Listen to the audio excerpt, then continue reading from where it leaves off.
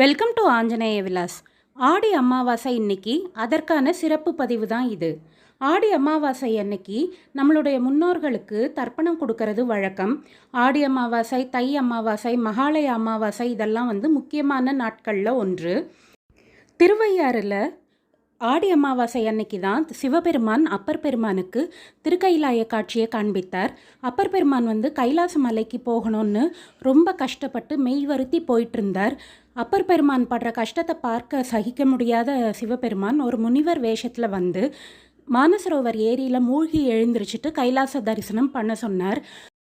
மானசரோவர் ஏரியில் மூழ்கின அப்பர் பெருமான் எழுந்திருச்ச இடம் திருவையாறு. அங்கே தான் அவருக்கு கைலாச தரிசனத்தை சிவபெருமான் காண்பிச்சார்.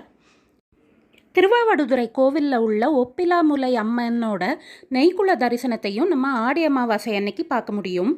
அதுபோக சதுரகிரியில் உள்ள சுந்தர மகாலிங்கம், சந்தன மகாலிங்கம் அவங்களுக்கும் சிறப்பு பூஜை எல்லாம் ஆடி அமாவாசை அன்னைக்கு நடக்கும்.